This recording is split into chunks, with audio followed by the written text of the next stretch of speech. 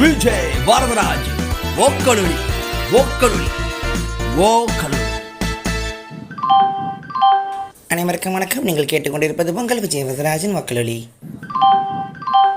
आप है तमिल पीपल का लिसनिंग है विजय वरदराज वक्लुली का पॉडकास्ट ये कहना है। வணக்கம் நேர்களே, இது உங்கள் விஜய் வரதராஜின் वक्लुली. நன்றி. கொஞ்சம் வாரத்துக்கு ஒரு பாட்காஸ்ட் ஆகிருச்சா, இன்னும் கொஞ்சம் நாளில் சீக்கிரம் போட ஆரம்பிக்கிறேன். கொஞ்சம் 2-3 வேலைகள் திருப்பி ஒரே மேட்டர் சொல்லிக்கிட்டு இருக்கேன். ஸோ நன்றி, எல்லாத்துக்கும் நன்றி. அப்படியே போயிட்டுருக்கு. இன்டர்நெட்டில் என்னென்ன ஆச்சுலாம் பார்த்துக்கிட்டு தான் இருந்தீங்க. அதை பற்றி நான் பேச விரும்பலை. அது எப்படி இருந்து எப்படி ஆகி எப்படி போயிட்டுருக்கு. உத்தமர்கள், யோக்கியர்கள், அயோக்கியர்கள்னு ரெண்டாக பிரிஞ்சு ஒருத்தனை கை காட்டி இவனால தான் சமூகம் கெடுது, அவனால தான் சமூகம் கெடுதுன்னு மாறி மாறி ப்ளேம் பண்ணி அந்த போராட்டத்தில் நம்ம பாட்டு ஓக்கலுளி பண்ணுவோம் என்று வந்தாகிவிட்டது. என்னுடன் இந்த இரவு நேர ட்ரிப்பை அனுபவிக்கப் போகும் அனைவருக்கும் வணக்கங்கள். ஸோ மாடியில் தான் உட்காந்துருக்கேன். இன்றைக்கி என்ன பார்க்கலாம் அப்படின்னா, கொஞ்சம் சயின்ஸ் ஃபிக்ஷனாக போவோம். அதாவது என்னடா, ஃப்யூச்சர், வாழ்வின் அடுத்த எல்லை. ஆனால் அந்த வாழ்வின் அடுத்த எல்லைக்கு ஒரு கேள்வி இருக்குது. அது பல ஆயிரம் வருஷமாக அந்த கேள்வி இருந்துக்கிட்டே இருக்குது.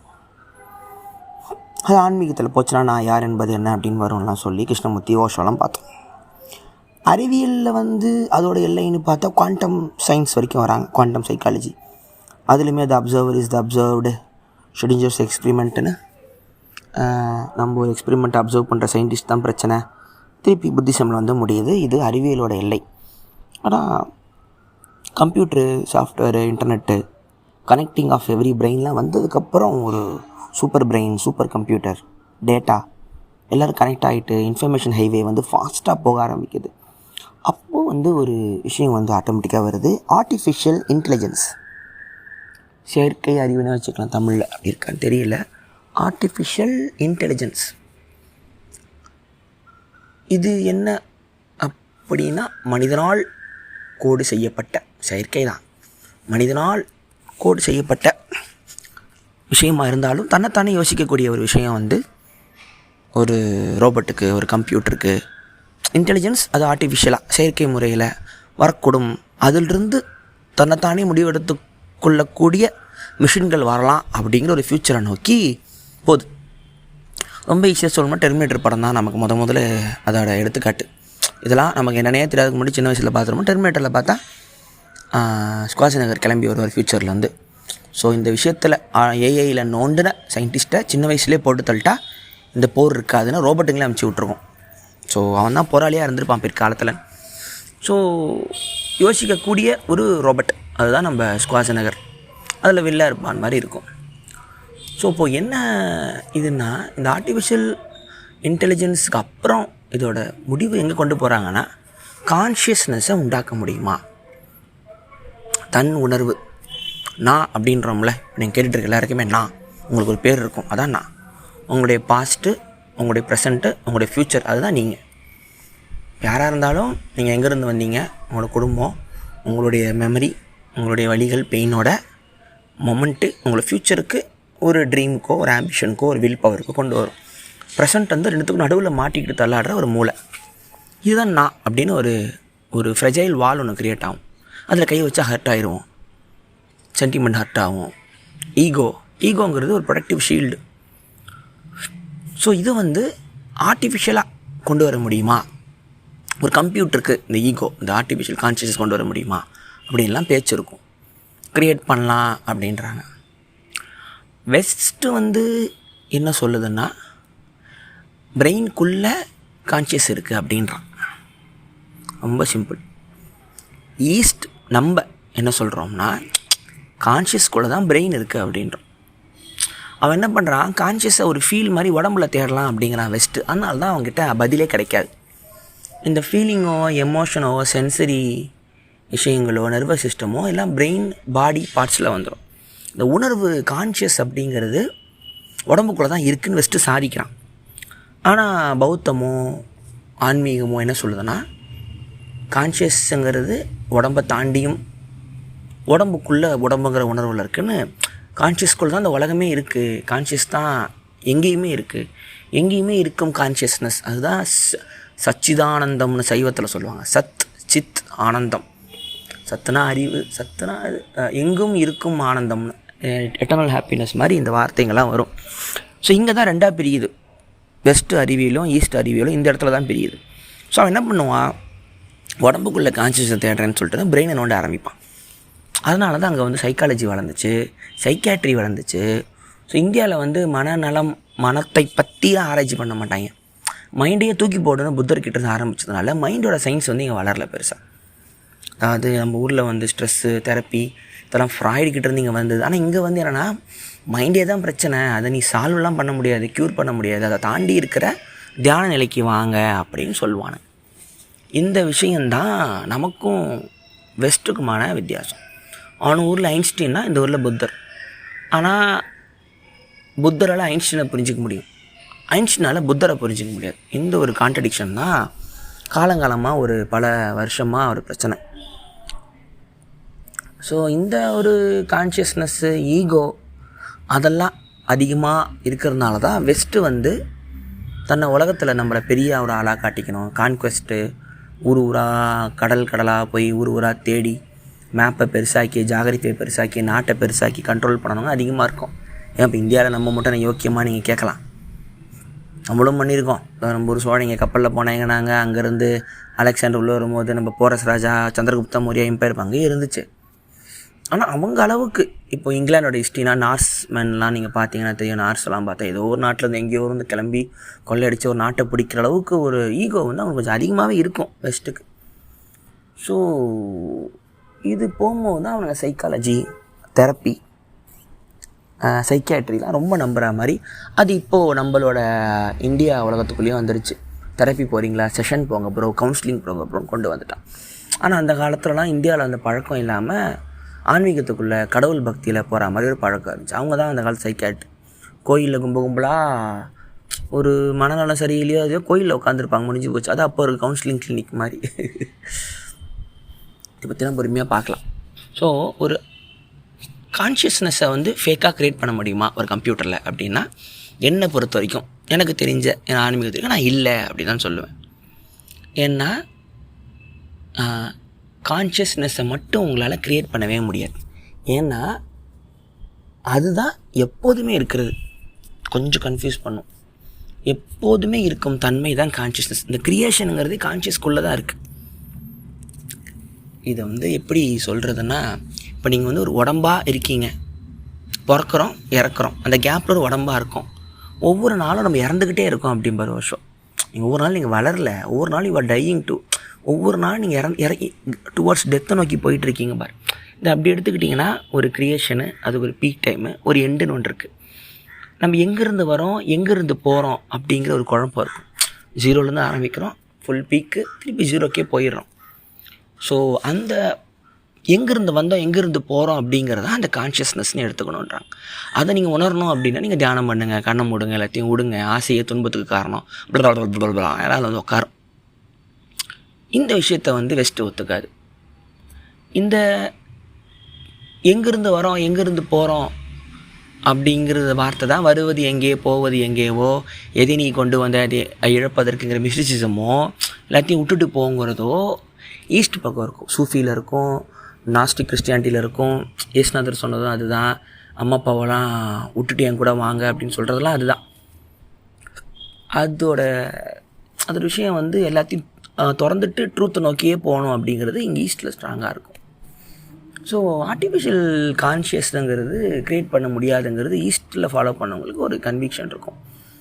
அவன் என்ன பண்ணுறான், கம்ப்யூட்டர் வருது, நம்ம ஒரு கோடு க்ரியேட் பண்ணுறோம், கம்ப்யூட்டர் ஃபாலோ பண்ணுது, ஏன் அதால் சொந்தமாக யோசிக்க முடியாது அப்படின்றான். எங்கே டீல் பண்ணலாம் அப்படின்னா, இந்த சூஸிங்னு ஒன்று இருக்குது. சூஸிங் த ஆப்ஷன் ஒன்று இருக்குது. இப்போ ஒரு 4 சேர் இருக்குது, 4 பால் இருக்குது, கலர் பால் இருக்குது. உங்களுக்கு பிடிச்ச கலரை நீங்கள் எடுங்க அப்படின்னு சொல்லலாம். So choice.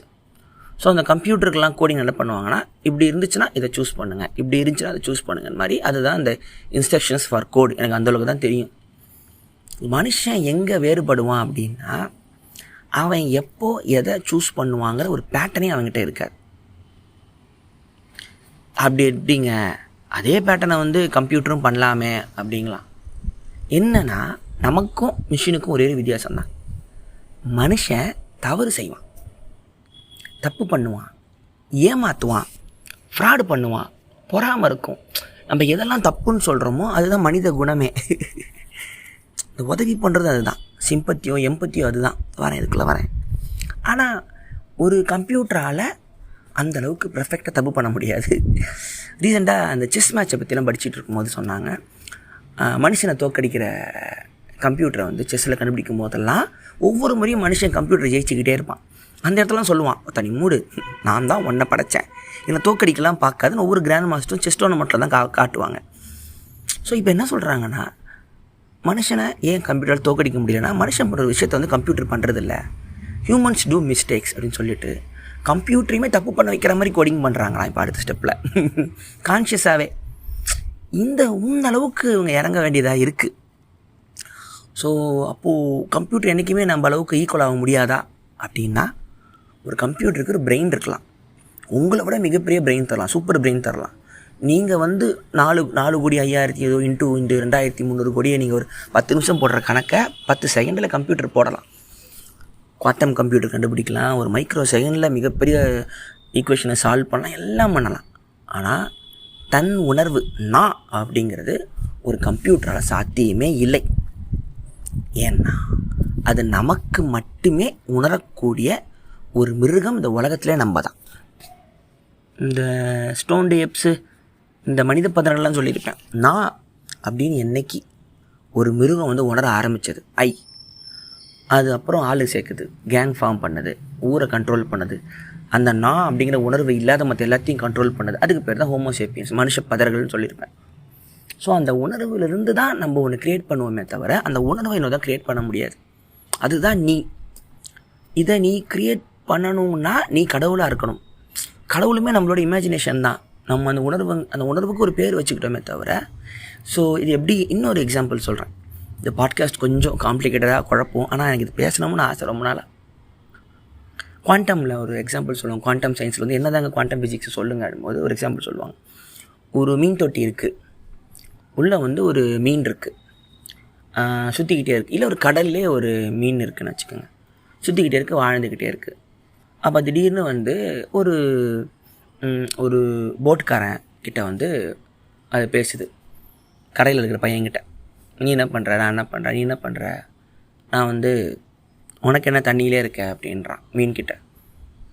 உடனே அம்மா கிட்ட போகுது, அம்மா அவன் என்னம்மா எப்போ பார்த்தாலும் தண்ணியில் இருக்கேன்றான், தண்ணி எங்கம்மா இருக்குது அப்படிங்குது.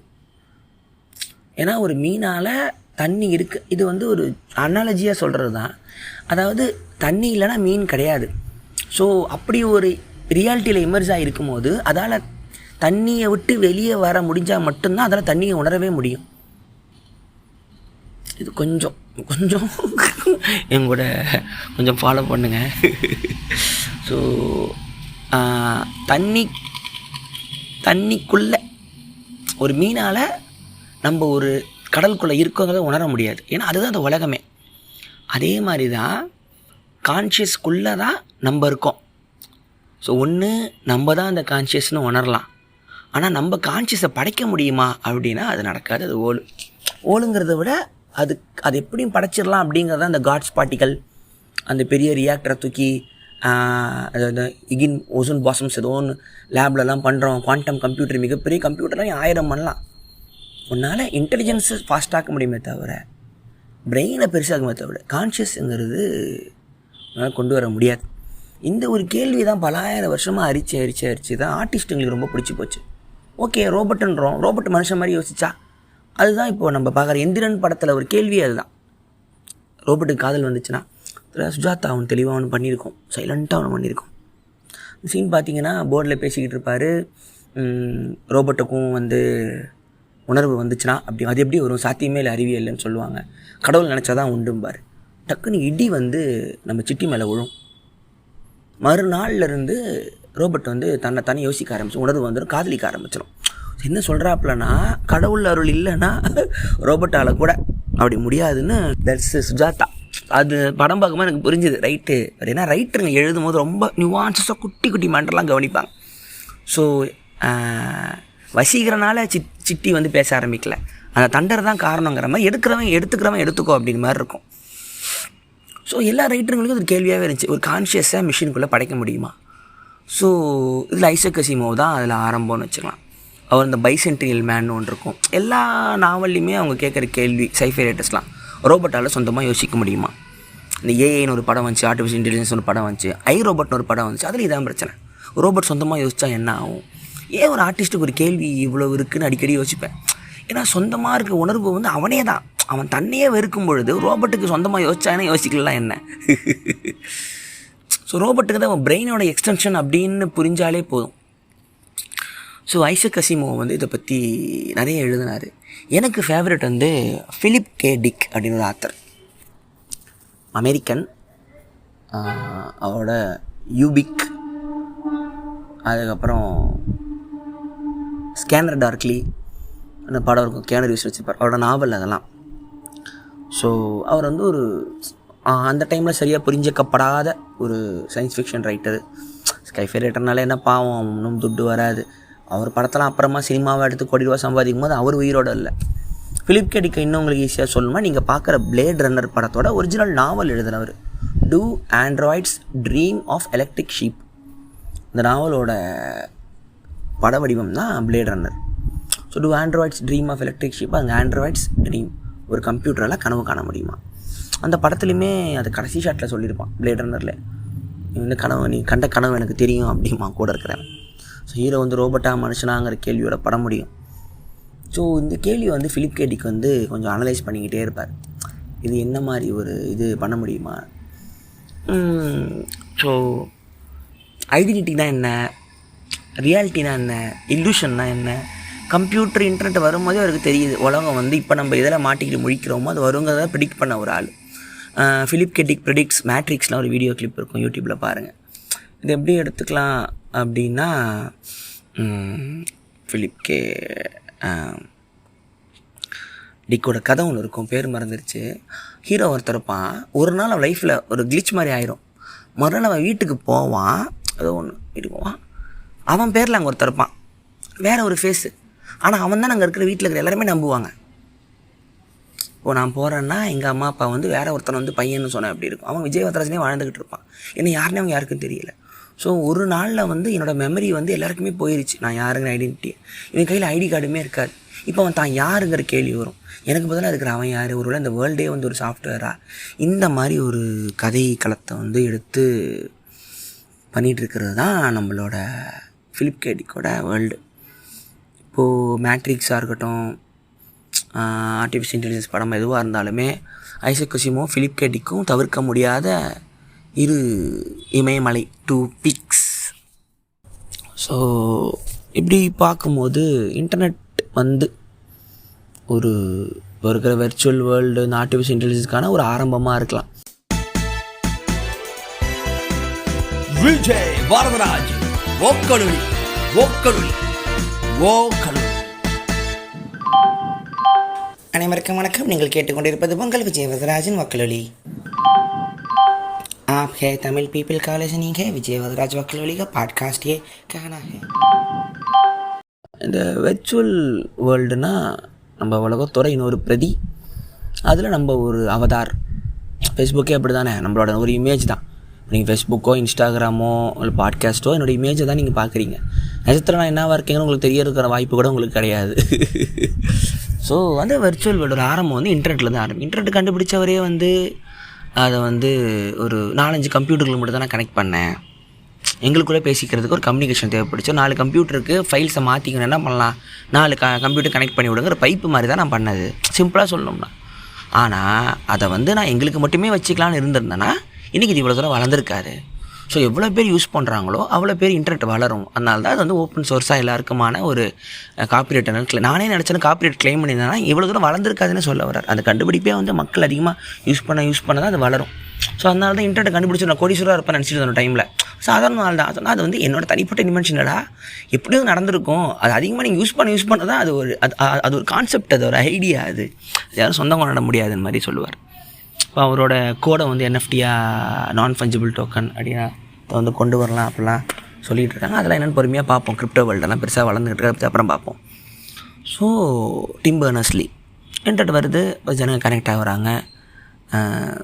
ஆரம்பத்தில் இன்டர்நெட் சின்ன .comலாம் ஆரம்பத்துலலாம் பார்த்தீங்கன்னா வந்த புதுசுலலாம் இன்டர்நெட் வந்து இப்போ என்னமோ யூஸ் பண்ணிகிட்டு இருக்கோம். அப்போது Gutenberg.orgன்னு ஒன்று இருக்கும். அதாவது கிளாசிக்கல் புக்ஸை வந்து டெக்ஸ்ட் ஃபைலாக மாற்றி கரெக்ட் பண்ணி அப்லோட் பண்ணுற அளவுக்கு மாதிரி ஒரு கீக் வேர்ல்டாக தான் இருந்திருக்கு. அதெல்லாம் ரொம்ப பழைய .comல Gutenbergம் வராங்க. ஃப்ரீ கிளாசிக்ஸ்லாம் வந்து மக்களுக்கு வந்து நாலேஜை ஸ்ப்ரெட் பண்ணலாம் அப்படின்னு ஆரம்பிக்குது எல்லாமே. இப்போ கூட .com இருக்கும், Gutenberg.orgன்னு. ஸோ வந்து ஃப்ரீ லைப்ரரிங்க, புக் படிக்கலாம், பாட்டு கேட்கலாம் அப்படிலாம். ஸோ ஒரு மாதிரி ஒரு ஹேக்கர்ஸ்க்கான ஒரு தனி வேர்ல்டில் தான் இருந்திருக்கு. அப்புறமா நாப்ஸ்டர் வரும்பொழுது எல்லோரும் ஃபைல் ஷேர் பண்ணலாம். டாரண்ட் வரும்போது ஜனங்க இன்னும் அதிகமாக உள்ளே வராங்க. யாஹூ வருது, எப்போதும் போல் வெட்டி கதை பேசலாம்னா கடன்னு உள்ளே வர ஆரம்பிக்கிறாங்க. மெயில் வருது, ஃபேமஸ் ஆகுதுன்னு கனெக்ட் ஆக ஆரம்பிக்கும் போது தான் விக்கிபீடியா கொண்டு வராப்பில். ஸோ விக்கிபீடியா என்ன பண்ணுது, டேட்டாவை வந்து ஸோ மக்களே சேர்ந்து அவங்களோட இன்ஃபர்மேஷனை கொடுத்து மாறி வெரிஃபை பண்ணி ஒரு பொது டிக்ஷனரியாக நம்ம கொண்டு வருவோம் அப்படின்னு இறங்குறாங்க. ஏன்னா இப்போ டிக்ஷனரி ஆக்ஸ்ஃபோர்டோ இவங்களோ டிக்ஷனரி பண்ணும்பொழுது பல வருஷம் எடுத்துப்பாங்க ஒரு எடிஷன் பண்ணுறதுக்கு. ஏன்னா ஒரு கம்பெனி உட்காந்து பண்ணணும், உலகத்தில் அத்தனை இன்ஃபர்மேஷனும் பண்ணணும். ஸோ அவர் கட் பண்ணிட்டார். விக்கிபீடியாவில் மக்களை கனெக்ட் பண்ணலாம். ஓகே ஃபக்கிட், எல்லோரும் இன்ஃபர்மேஷன் கொடுக்க ஆரம்பிங்க.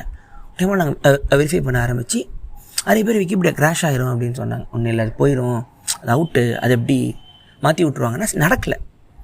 இப்போ வரைக்குமே அது வந்து ஒரு சஸ்டெயினபிள் வெரிஃபைடு விக்கிபீடியா லிங்க் வந்து வெரிஃபைடு ஆர்டிக்கலாக இப்போ உலகம் ஃபுல்லாக வர அளவுக்கு ஜனங்கிட்ட சுதந்திரமாக ஒரு விஷயத்தை கொடுத்துட்டு அதை ஒழுங்காக தான் பயன்படுத்துவாங்கங்கிறது விக்கிபீடியா ஒரு சிறந்த எக்ஸாம்பிள். ஜிம்மி வேல்ஸ் இப்போலாம் வரும்பொழுது தான் யோசிக்கிறாங்க. இன்டர்நெட்டும் சொந்தமாக யோசிக்க ஆரம்பித்தா என்ன ஆகும் அப்படின்னு இன்னும் போயிட்டுருக்கு. இப்போ கூகுள் எடுத்துட்டிங்கன்னா ஆர்டிஃபிஷியல் இன்டெலிஜென்ஸ்னால் அவன் தனியாக ஒரு லேப் வச்சு இதே தான் வாரம் விட்டுனே இருப்பான். ஏ ஸோ வந்து ஒரு ப்ராஜெக்ட் ஒன்று பார்த்தேன், பேர் சொல்கிற மாதிரி இருந்துருச்சு. என்ன பண்ணாங்கன்னா, கம்ப்யூட்டருக்கு மனுஷனுக்கு அனுபவப்பட்ட கேள்விகளையும் பதிலையும் ஒரு கம்ப்யூட்டருக்கு யார் வேணால் ஃபீட் பண்ணலாம் அப்படின்னு ஒரு ஓப்பன் சோர்ஸ் ப்ராஜெக்ட் கொண்டு வந்தாங்க. எப்படின்னா கோழிக்கு இப்போது யானைக்கு எத்தனை கால், 4 கால், எஸ். 3 காலா, நோ. 2 காலா, நோ. 1 காலா, நோ. 8 காலா, நோ. 4 காலா, எஸ். எஸ்ஸுக்கான டேட்டாவும் கொடுக்கணும், நோக்கான டேட்டாவும் கொடுக்கணும். இது ஒரு ஆளே பண்ணிக்கிட்டு இருந்தால் விடிஞ்சிடும் சொல்லிட்டு உலகத்தில் யார் வேணால் அவங்களுக்கு தெரிஞ்ச ஆன்சரை வந்து ஃபீட் பண்ணலாம் கம்ப்யூட்டருக்கு. நாய்க்கு எத்தனை கால், 4 கால். ஸோ கம்ப்யூட்டர் பார்க்கும், ஓகே யானைக்கு 4 கால், நாய்க்கு 4 கால், ஓகே சூப்பர். ஸோ வந்து யானை வந்து கருப்பாக இருக்குமா வெள்ளையாக இருக்குமா? யானை வந்து கருப்பாக இருக்கும். யானைக்கு ரெண்டு டைப் இருக்குது, ஏஷியன் எலிஃபெண்ட் இருக்குது, ஆஃப்ரிக்கன் எலிஃபெண்ட் இருக்குது. ஸோ ஜப்பான் எலிஃபெண்ட் தனியாக இருக்குது, அப்படி எதுவும் இல்லை. அதுக்கு நோ. இந்த மாதிரி எஸ்ஸு நோன்னு தெரிஞ்ச நாலேஜை கம்ப்யூட்டருக்கு ஃபீட் பண்ணிக்கிட்டே இருந்தால் ஒரு டைமுக்கு மேலே அது சொந்தமாக யோசிக்க ஆரம்பிக்கும் அப்படின்னு ப்ராஜெக்ட் ஆரம்பிக்கிறாங்க. ஆனால் அது 2 இண்டியன்ஸ் தான். ஒரு இண்டியன் ஆரம்பிக்கிறாரு, அவரும் தற்கொலை பண்ணிக்கிட்டார் மிஸ்டீரியஸாக. ஏகப்பட்ட ஒரு கான்ஸ்பிரசி தியரிலாம் இருக்குது. ஆனால் இதெல்லாம் ட்ரை பண்ணி இது வந்து ஒரு ஆரம்ப டைம் நியூஸ் டேட்டா இப்படிலாம் ஃபீட் பண்ணால் அதுலேயும் பாருங்கள், அதில் நமக்கு தெரிஞ்ச அதாவது மனுஷனோட ஒரு கலெக்டிவ் பிரெயினை தான் அதை பார்க்க முடியுது. நீங்கள் பிரெயினை கொண்டு வந்துடலாம். அன்றைக்கி கோடிக்கணக்கான இன்ஃபர்மேஷனை வந்து இப்போ விக்கிபீடியாவே யோசிக்க ஆரம்பிக்குதுன்னு வச்சுக்கோங்க. அது என்ன யோசிக்கும் விக்கிபீடியாவை திங்கிங் மிஷினாக மாற்றுறோம். அதால் என்ன சொல்ல முடியும்? அதில் இருக்கிற ஆர்டிக்கல் கேள்விக்கிட்ட பதில் சொல்ல முடியும். What is Germany is nation, நீட்டில் ராச்சிச்சம் பாச்சிச்சம், ஆட்டோமொபைலில் மிகப்பெரிய இண்டஸ்ட்ரி, அந்த மாதிரி ஒப்பிக்குமே தவிர பீத்தோவன் அங்கேருந்து தான் வந்தார், பீத்தோவன் எங்கிற அட்ரஸ் சொல்லும், பீத்தோவன் என்ன பண்ணார் ஜெர்மனிக்கு, அந்த ஹார்ட்டும் பிரெயினும் சேர்ந்து பேசுதில்ல, அது வந்து ஒரு விக்கிபீடியா மிஷினால் முடியாது. இது வந்து மனுஷனால் மட்டுமே தான் முடியும். இந்த ஃபிலிப் கேடிக் வந்து சொல்லுவார், வாட் மேக்ஸ் அஸ் ஹியூமன் அப்படின்னு ஒன்று இருக்குது.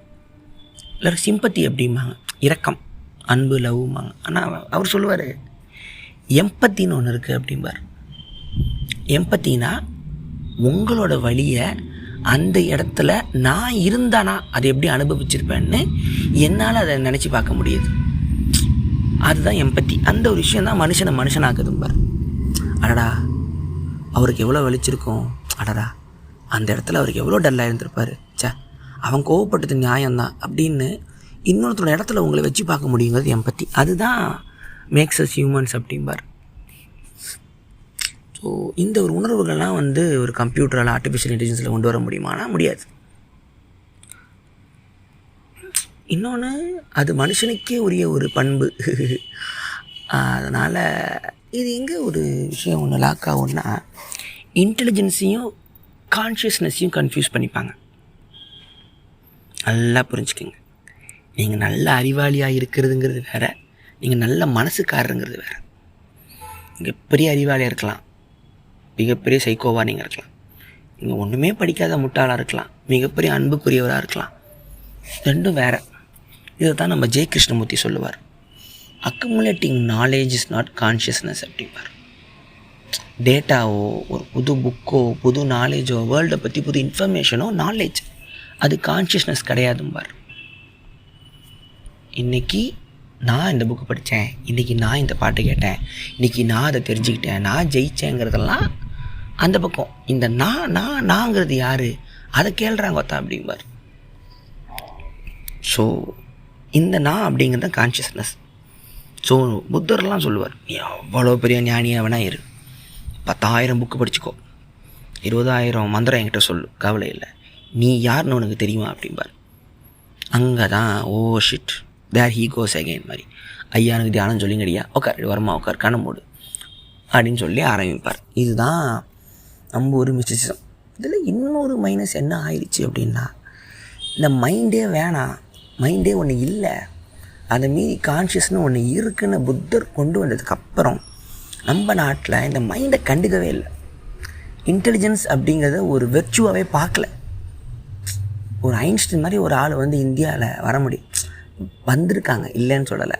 ஆனால் ஒரு பிரெயினை வந்து மதிக்காத டைம்லாம் இருந்திருக்கு. எவ்வளோ பெரிய ஆளாக இருந்தால் என்ன, நீ வந்து ஒரு ஆன்மீகவாதி இருந்தால் தான் நீ ஒரு அறிவாளி, எல்லாத்தையும் விட்டுட்டு வந்தால் தான் அப்படின்னு மாதிரின்னு ரொம்ப தெரிஞ்ச மாதிரி பேசாதாம்மாங்க. இந்தியாவில் ரொம்ப படித்த மாதிரி காட்டிக்காத, நான் அவ்வளோ பெரிய அறிவாளியா நீ, இந்த மாதிரி ஒரு அறிவை வந்து கிண்டல் பண்ணுறதெல்லாம் இந்திய சமூகத்தில் நிறைய வார்த்தைங்க இருக்குது. வெளிநாட்டில் வந்து இன்டெலிஜென்ஸை கிண்டல் பண்ண மாட்டான், அவனுக்கு பிரெயின் தான் உலகமே. நம்ம வந்து கான்ஷியஸ்னஸ், இந்த பிரெயினுக்கும் கான்ஷியஸ்னஸ்க்குமான ஒரு வார் தான். ஆனால் இப்போ இந்தியாவும் வெஸ்ட் ஆயிடுச்சு. இப்போ இந்தியாவும் வந்து இந்த கான்ஷியஸ் பௌத்தம்லாம் மறந்துட்டு நம்மளும் பிரெயின் பின்னாடி ஓடுற அளவுக்கு உலக மயமாக்கெல்லாம் வந்துருச்சு. அது தவறும் இல்லை. ஆனால் இந்த கான்ட்ரடிக்ஷன் வந்து இருந்துக்கிட்டே இருக்கும். உங்களுக்கு இன்னும் தெளிவான ஒரு எக்ஸாம்பிள் இதெல்லாம் பற்றி பார்க்கணும்னா நீங்கள் மேட்ரிக்ஸ் படம் பார்க்கலாம். அதில் ஆட்டோமேட்டிக்காகவே நார்மல் வேர்ல்டில் இருப்பான், நீயும் உட்காந்துருப்பான் ஒரு ஹேக்கரு, பாட்டு வேர்ல்டு போய்ட்டு வெல்கம் நியோன்னு சிஸ்டமில் வரும். திடீர்னு பார்த்தா மார்ஃபியஸும் எட்டர்னிட்டியும் துரத்துவாங்க. அவனை கூப்பிட்டு நான் இல்லை பாரு நீ ஒரு வெர்ச்சுவல் வேர்ல்டில் இருக்க அப்படிம்பாங்க. அதாப்பா சும்மா ரீல் விடாத அப்படிமா. அப்புறம் மார்ஃபியஸ் கூப்பிட்டு போய் சவுக்கு மாத்திரையா பச்சை மாத்திரையா அங்கேயும் பாருங்கள் அந்த ஆப்ஷன் வருது, நான் சொன்ன option, you have to choose அப்படிம்பார். ஏன்னா அதுதான் what makes us differ from computers, choose அப்படிம்பார். அவன் ஒரு மாத்திரை எடுத்து முழுங்குவான். ஆட்டோமேட்டிக்காக வெர்ச்சுவல் வேர்ல்டுக்குள்ளே போனதுக்கப்புறம் தான் பார்த்தா நிஜ வேர்ல்டு வந்து அவ்வளோ கொடூரமாக இருக்கும். அப்போ இத்தனை நாள் நான் தப்பான வேர்ல்டில் பொய்யா வாழ்ந்துக்கிட்டு இருந்தேன். முதல் மார்ஃபியஸ் சொல்லுவான், நீங்கள் ஒரு பேட்டரியாக அவனை யூஸ் பண்ணிடுச்சு ஹியூமன்ஸு. உன் உடம்புலேருந்து வர ஹீட்டை வந்து அதுங்களை பேட்டரியாக வச்சுக்கிட்டு உன் மைண்ட் வந்து வெர்ச்சுவல் வேர்ல்டுக்குள்ளே தள்ளிடுச்சு. 90s வந்து ஒரு ட்ரிப்பியான படம். ஸோ 2000 ஸோ அதுக்கப்புறம் புரிஞ்சு நார்மல் வேர்ல்டுக்குள்ளே வருவான். ஆனால் அந்த வில்லன் அந்த மார்ஃபியஸ் டீமில் துரோகி ஒருத்தர் இருப்பான், மொட்டை ஒருத்தன். அவனுக்கு வந்து இந்த ரியல் வேர்ல்டு பிடிக்காது, வெர்ச்சுவல் வேர்ல்டுலேயே இருக்கலாம்னு ஆசைப்படுவான். நல்ல சீன் இருக்கும், ஹோட்டலில் சாப்பிட்டுக்கிட்டு இருப்பான். அப்போ வில்லன் கேட்பான், ஏன்டா துரோகம் பண்ணுறேன்றியா, தப்பா தெரியலையா உனக்கு அப்படின்றான். அப்போது சாப்பிட்டுக்கிட்டு இருப்பான். அந்த இவன் சொல்லுவான், துரோகி சொல்லுவான், சரி நான் சாப்பிட்றேன், எனக்கு தெரியும் நான் சாப்பிட்ற சாப்பாடு கூட வெர்ச்சுவல் தான், என் மைண்டில் ஒரு கோடிங் இருக்குது இது டேஸ்ட்டுன்னு. ஆனால் பரவாயில்ல, நல்லா தானே இருக்குது, டேஸ்ட்டாக தானே இருக்குது. ஒரு வார்த்தை சொல்லுவான், இன்னசென்ஸ் இஸ் பிளிஸ் அப்படிமா. அந்த வார்த்தை வந்து என்ன சொல்லுவான்னா, நான் ரியல் வேர்ல்டு மோசம்னு தெரிஞ்சும் நான் அறியாமையிலே இருந்துக்க ஆசைப்பட்றேன் அப்படி. இந்த ஒரு விஷயந்தான் மனுஷனுக்கு மிகப்பெரிய ஒரு பிரச்சனையாக இருக்குது. ஓஷோவோ ஜேகேவோ புத்தரோ அவங்கெல்லாம் என்ன சொல்லுவாங்கன்னா, மனுஷனுக்கு துன்பம் தரக்கூடியது ஆசைகள்னு தெரியும், இந்த உலகம்னு தெரியும், உலகப்பற்றுன்னு தெரியும், ஆனால் அதை விட்டு கொடுக்கவே மாட்டான் அப்படிமா. குட்ஜிஃப் சூப்பராக சொல்வார், a man will never give up is sorrow அப்படிம்பார். பெஸ்ட்டு வார்த்தை. தன்னை துன்பத்தை வந்து ஒரு மனுஷன் ஒருத்தருக்கு விட்டே கொடுக்க மாட்டான். ஸோ அதுதான் நம்ம வந்து அன்கான்ஷியஸில் இருந்துக்கிறோம் அப்படிங்கிறதுக்கு நம்ம 1000 ஜஸ்டிஃபிகேஷன் சொல்லுவோம்.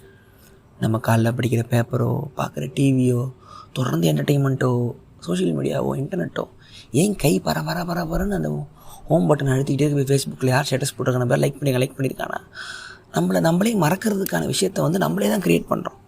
நிறைய பேர் சொல்லுவாங்க கார்ப்பரேட் வந்து உங்களை ஏமாத்துது, கார்ப்பரேட் வந்து உங்களை கண்ட்ரோல் பண்ணுது. கார்ப்பரேட்டில் இருக்கணும் தூங்கிட்டு தான் இருக்கான், அவன் ஒரு அடிக்டாக இருப்பான். சுக்கர்பர்க் தான் வீட்டில் அவன் ஒரு ஆப்பு போட்டுட்டு அவன் பாட்டிக்கிட்ட தான் தூங்க போகிறான்.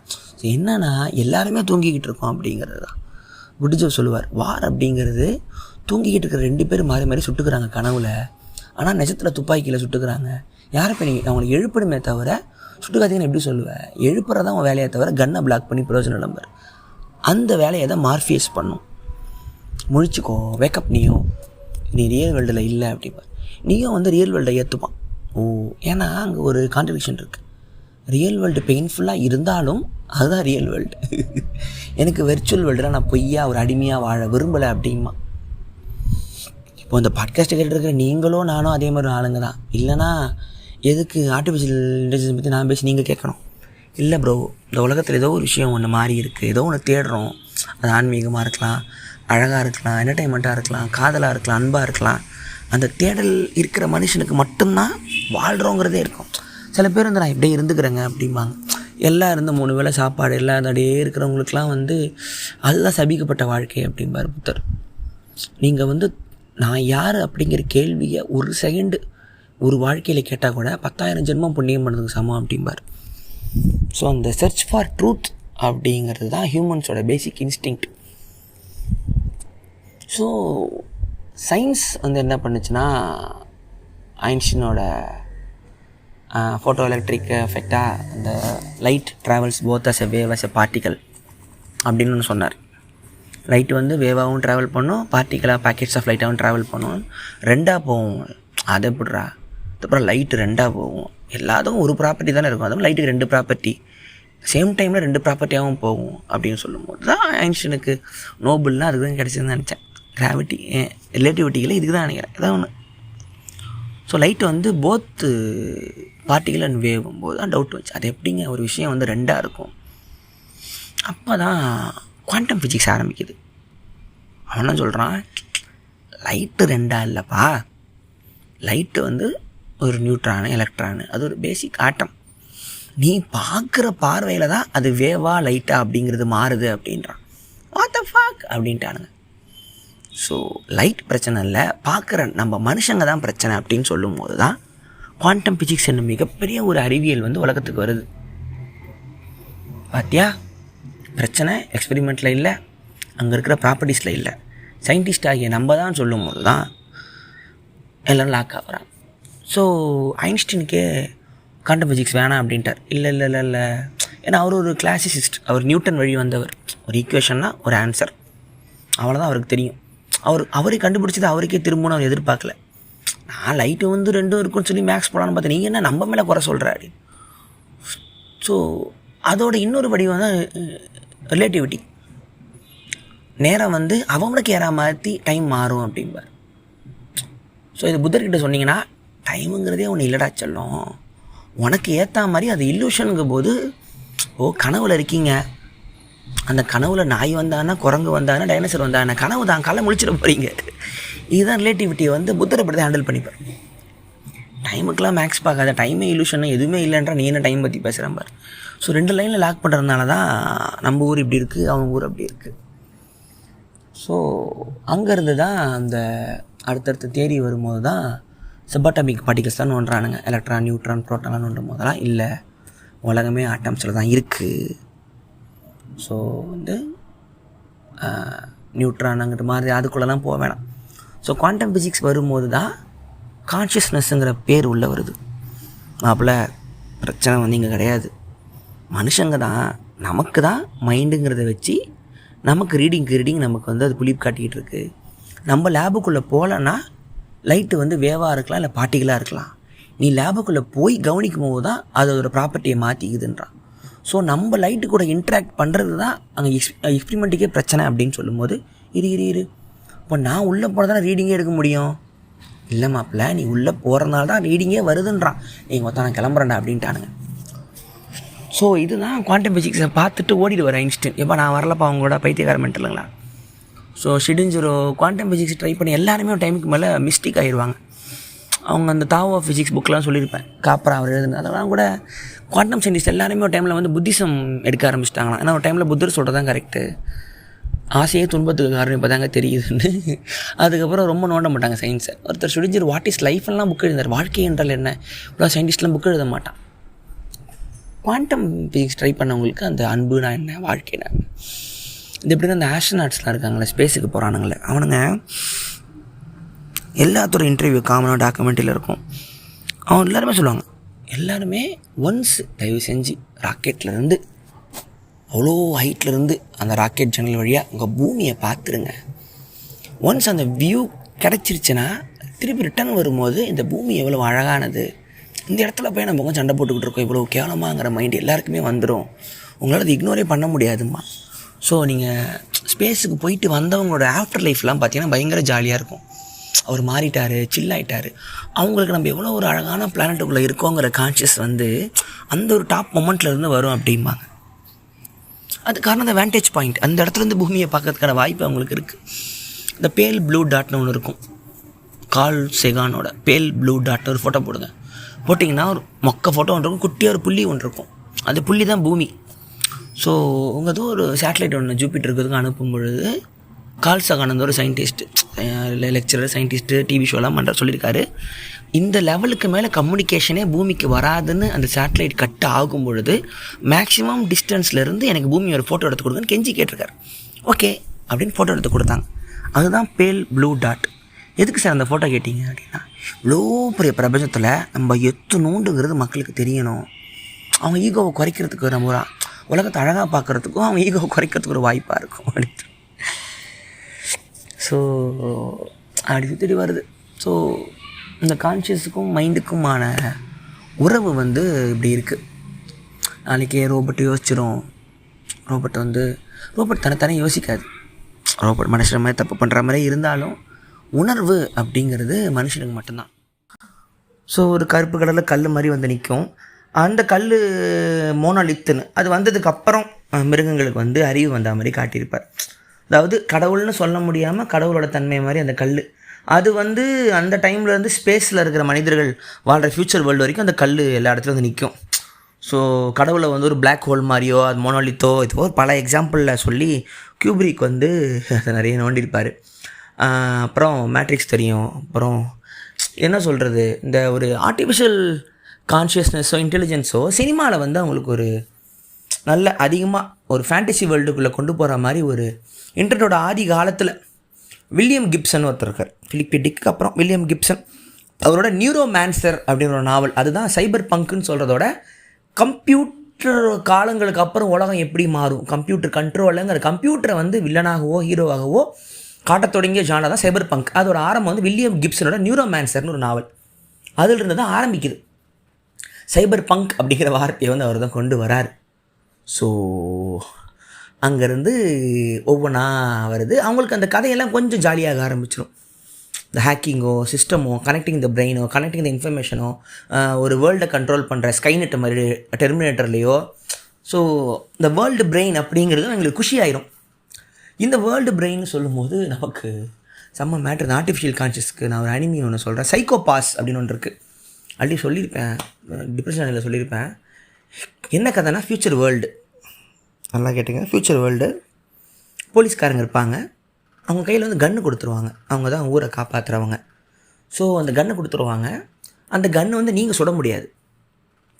இப்போது ஒருத்தர் ரோட்டில் போயிட்டுருக்கான், நான் போலீஸ்காரன், அவன் ஏதாவது தப்பு ஒன்று பண்ணுறான், டக்குன்னு நான் கன்று அவன் மேலே எய்ம் பண்ணலாம். கன்று சுடணுமா இல்லையான்னு அந்த கன்னில் இருக்கிற அந்த ஆர்டிஃபிஷியல் இன்டெலிஜென்ஸ் தான் முடிவு பண்ணும். அவனோட ஹார்ட் பீட்டோ அவன் மனசுக்குள்ளே என்ன அவனோட இந்த கோ எஃபிஷியன்ட்டுன்னு சொல்லுவாங்க, அவனோட மனசில் இருக்கிற அந்த சைக்கோத்தனம் எவ்வளோ பர்சன்டேஜ் இருக்குன்னு கன்று காட்டும். அந்த ரீடிங் காட்டுச்சுன்னா ஆட்டோமேட்டிக் கன்று சுட ஆரம்பிச்சிடும். உங்கள் வேலை அந்த கன்னை காட்டுறது மட்டும்தான். ஆனால் கன்று சுடணுமா இல்லை நீங்கள் முடிவு பண்ணுறதில்ல. ஒரு காமன் பிரெயின், வேர்ல்டு பிரெயின் வந்து சூஸ் பண்ணுது. இந்த ஆர்டிஃபிஷியல் இன்டெலிஜென்ஸ் யார் எழுதுனா, இதுக்கெல்லாம் யார் காரணங்கிறதெல்லாம் கதையில் சொல்லவே மாட்டாங்க. இப்படி போயிட்டுருக்கோம். உங்கள் வேலை வந்து அந்த உங்களுக்குன்னு கன்று கொடுத்தோம், நீங்கள் மட்டும் ஹேண்டில் பண்ண முடியும், உங்களுக்கு பாயிண்ட் பண்ணுறது மட்டும்தான். ஒரு இப்படிலாம் போயிட்டுருக்கோம். ஒரு பொண்ணு வந்து சேருவா, அவன் நியாயம் தர்மம்லாம் வாழ்ந்துக்கிட்டு இருப்பா. அப்போ வில்லன் ஒருத்தன் வருவான். என்ன மேட்ருன்னா, வில்லங்க ஏதோ ஒரு ஒரு அவன் அந்த பொண்ணோட ஃப்ரெண்டையே வில்லன் கொல்லுவான். அப்போ கன்னை காட்டுவா, கன்னில் ரீடிங்கே காட்டாது. அவன் சிரிப்பான், என்ன ரீடிங் காட்டலையா அப்படிம்பா. உங்களுக்கு கன்று மட்டும் தான் ஒரு அவன் கெஞ்சுவா சொன்னாக்கில் என் ஃப்ரெண்டை விட்டுரும்பா, அவன் முன்னாடியே ஃப்ரெண்டை கொண்டு போயிட்டே இருப்பான், இன்னும் பார்த்துக்கிட்டே இருப்பான். ஸோ இந்த வேர்ல்டு பிரெயினுங்கிறத கலாய்க்கிற ஒரு வில்லை.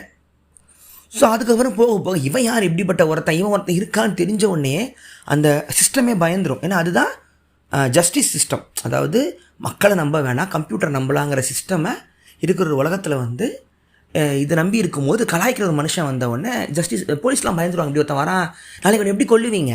அவனை பார்த்து கண்ணே வேலை செய்யலைன்னா ஏன்னா நீங்கள் சுடலை. ஸோ அவன் அந்த சிஸ்டமை ஹேக் பண்ணுறான். ஸோ அவனை தேடி போவாங்க, ஆரம்பிப்பாங்க.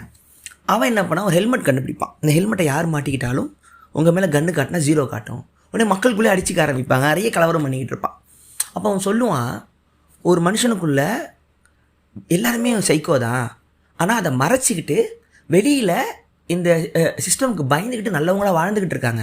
ஆனால் நான் பிறந்ததுலேருந்தே நான் எனக்கு கெட்டவன் நான் ஒத்துக்கிட்டேன், நான் ஒரு பியூர் ஈவில். அதனால் என்கிட்ட அந்த குட்னஸ்ங்கிறது இல்லாதனால கன்னில் ரீடிங்கே காட்டாது, நான் பைனரியே இல்லை, குட் ஆர் பேடே இல்லை, நான் வந்து பியூர் ஈவில் நானுமா.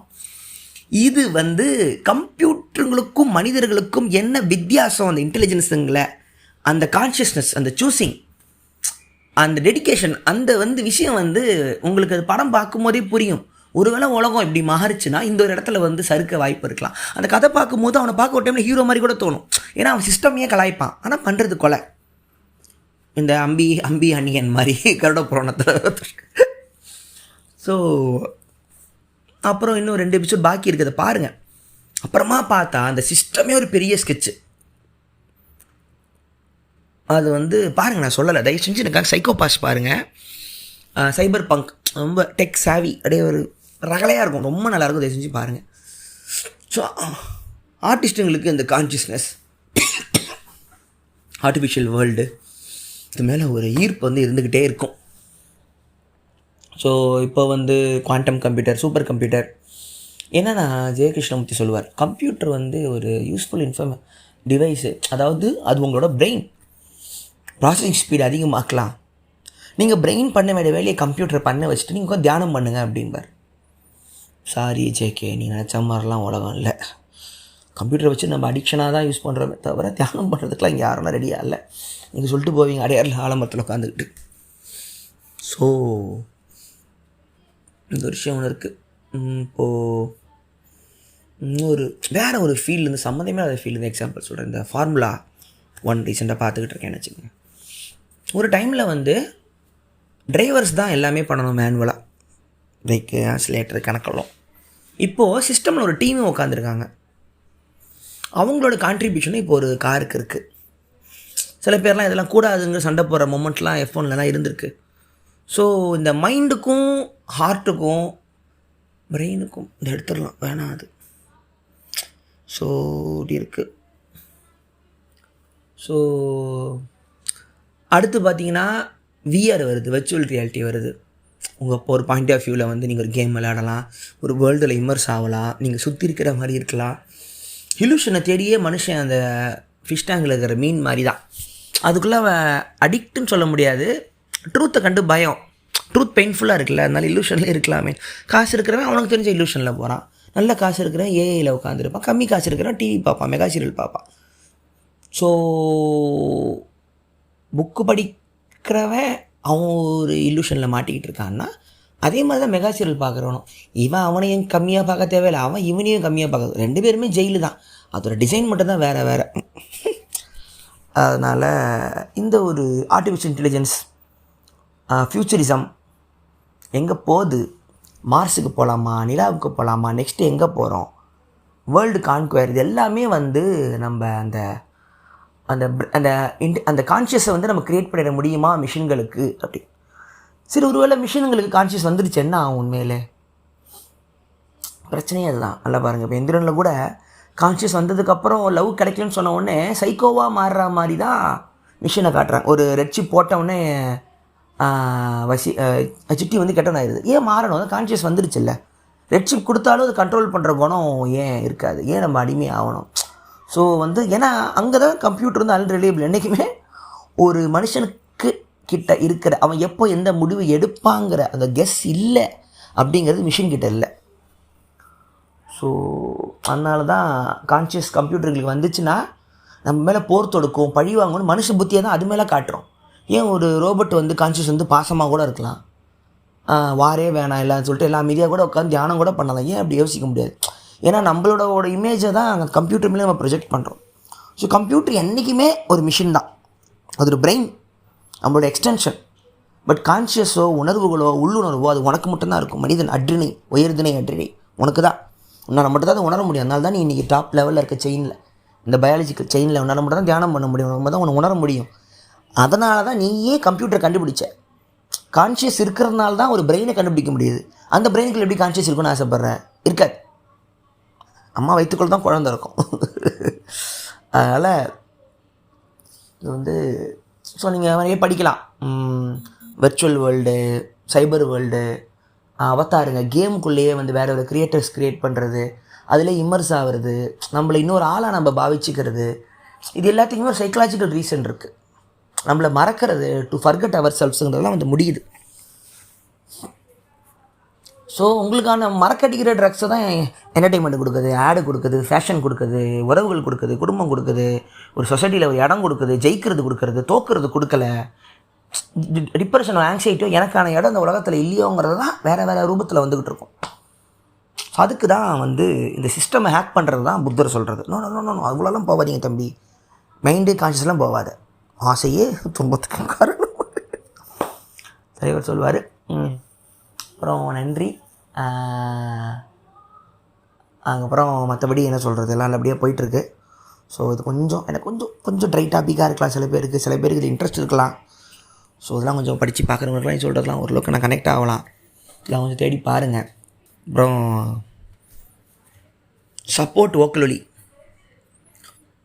ஒரு ஃபோன் நம்பர் போட்டு ஒரு ஜிபே அமௌண்ட் ஓப்பன் பண்ணிட்டேன். அதை நான் ஸ்பாட்டிஃபைல நான் ஷேர் பண்ணுறேன். மெம்பர்ஷிப் மாதிரி கட்டுறது அப்படிலாம் போட்டு குழப்பிக்க வேணாம். அது என்ன பண்ணலான்னா, மந்த்லி வோக்கலொலிக்கு நான் சப்போர்ட் பண்ணுறேன் அப்படின்னு நீங்கள் ஒரு அமௌண்ட்டு வச்சுக்கிங்க. அது எவ்வளோ வேணால் வச்சுக்கிங்க, உங்கள் இஷ்டம்தான். அதை எடுத்து அந்த ஜிபேயில் போட்டு எனக்கு அமுச்சு விட்ருங்க. அவ்வளோதான். நான் வோக்கலொலி ஃபேன்ஸ், நீங்கள் வந்து எனக்கு சப்போர்ட் பண்ணுங்கள். நான் ஓப்பனாக தைரியமாக கேட்குறேன். 13வது எபிசோடில் தான் கேட்குறேன். எனக்கு ஓகே நம்ம ஒன்று செய்கிறோம். அதான் டெபிள் மைக்கில் மெம்பர்ஷிப் போட்டேன், அவ்வளோ பேர் சேர்ந்துருக்காங்க, ஹாப்பியாக இருக்குது. தொடர்ந்து என்னால் வீடியோ பண்ண முடியுது அப்படின்னு சொல்லியிருந்தேன். சினிமாவையும் இதையும் நான் குழப்பிக்கல. ஆன்லைன் வேர்ல்டில் உங்களுக்கு தெரியும், ஆன்லைன் வேர்ல்டு என்னென்னலாம் ஆகிட்டுருக்குன்னு தெரியும். என்ன மாதிரி ஆளுங்க இன்னும் கொஞ்சம் பேர் இப்படியே இழுத்து பிடிச்சி பண்ணிகிட்டு இருக்கிறதுக்கு நீங்கள் உதவுனாதான், இல்லைனா எங்களுக்கு ஒரு டைம் நம்மளாம் டயர்ட் ஆகிடுது. ஸோ அதுதான். ஸோ வோக்கலி சப்போர்ட்டும் ஆரம்பிச்சிட்டேன். உங்களுக்கு வந்து ஓகே உங்கள் பாட்காஸ்ட் கேட்டு நான் தூங்குறேன், நிம்மதியாக இருக்கேன் வச்சுக்கோ அப்படின்னு உங்களுக்கு இருக்கிறவங்க அனுப்பிவிட்டு ஃபன் பண்ணலாம். அவ்வளோதான், வேறு என்ன. நான் இன்னும் கொஞ்ச நாளில் வந்து ஆர்டிஸ்டெல்லாம் அவங்களோட ஃபாலோவர்ஸ் கிட்ட, ஃபேன்ஸ் கிட்ட, சப்ஸ்கிரைபர்ஸ் கிட்ட தான் நேராக கேட்க போகிறோம் காசெல்லாம். ஏன்னா இப்போ பாருங்கள், டிக்டாக்கோட ஷார்ட்ஸ் எல்லாம் யூடியூப்பில் வருது. 10 செகண்டு யூடியூப்பில் போடுற வீடியோவும் நாங்கள் போடுற 5 நிமிஷம் ஸ்கெட்சும் ஒன்றுன்ட்டான். இப்போ யூடியூப் 10 செகண்டில் போடுற கண்டென்ட் 10 மில்லியனில் போகுது. டிக்டாக்கையும் யூடியூப் வீடியோவும் ஒன்றுன்ட்டான். நான் ஆரம்பிக்கும் போது ஸ்கெட்ச் ஃபார்மேட் வீடியோஸில் இருந்ததெல்லாம் இப்போ போயிட்டு டிக்டாக்கும் நானும் ஒன்றுப்பா அப்படின்னு யூடியூப்பே சொல்லும் பொழுது நான் போட்டி போடுறது சொல்லுங்கள். ஸோ எந்த ஆப்புமே வந்து மார்க்கெட் பெருசாகுது, பிராண்டு பெருசாகுது, இந்த மாதிரி இண்டிபெண்ட் ஆல்டர்னேட்டிவ் க்ரியேட்டர்ஸ்லாம் உங்களை நம்பி மட்டும் தான் இருக்கும். வேறு இவ்வளோ வருஷம் உழைச்சி உங்களை சேர்த்து வச்சது உங்களை நம்பி மட்டும் தான் எங்கள் வாழ்க்கை ஓட போகுது. இனிமேல் இதுதான் ஃப்யூச்சர், நான் அடித்து சொல்கிறேன். அடுத்த முறை வோக்கலி ஒரு தனி வேர்ல்டாக இருக்கும், ஷும்மி ஒரு தனி வேர்ல்டாக இருக்கும், பிலிப்ளிப் ஒரு தனி வேர்ல்டாக இருக்கும். அந்த வேர்ல்டில் இருக்கிற நீங்கள்லாம் ஒன்றா இருந்து எங்களை சப்போர்ட் பண்ணிகிட்டு இருப்பீங்க. பாவம்ப்பா அவனுக்கு எது பின்னாடியும் ஓடலை, நம்ம தான் உங்களுக்கு இருக்கோன்னு ஒரு கனெக்ஷன் இருக்கும். இப்போ பேட்ரியான்னு ஒரு ஆப் இருக்குது, அதையும் பார்த்துக்கிட்டு இருக்கேன். வெளிநாட்டில் இப்போ கிரியேட்டர்ஸ்லாம் ஃபேன்ஸ் கிட்ட யாராவது பேச ஆரம்பிச்சிட்டாங்க. கூடியா நான் அவனுக்கு க்ரியேட் பண்ணி தரேன் பேச ஆரம்பிச்சிட்டாங்க. நிறைய காசு கொடுக்குறவங்களுக்குலாம் வீடியோ கால் பண்ணி பேசுகிறான். நீங்கள் 5 லட்ச ரூபா கொடுத்தா வீட்டுக்கே வந்து நான் கூட தூங்குறேன் அப்படின்னா. இதெல்லாம் வந்து இந்தளவுக்கு ஃப்யூச்சர் மாறிக்கிட்டு இருக்குது. சஸ்டைனபிள் பண்ணுறதுக்கெலாம் நிறைய ஃபன்னெல்லாம் இருக்குது. பாப்பா எங்கே போதுன்னு பார்ப்போம். நன்றி. இது உங்களுக்கு விஜயவதராஜின் வோக்கலி. விஜய் வரதராஜ் வோக்கலி.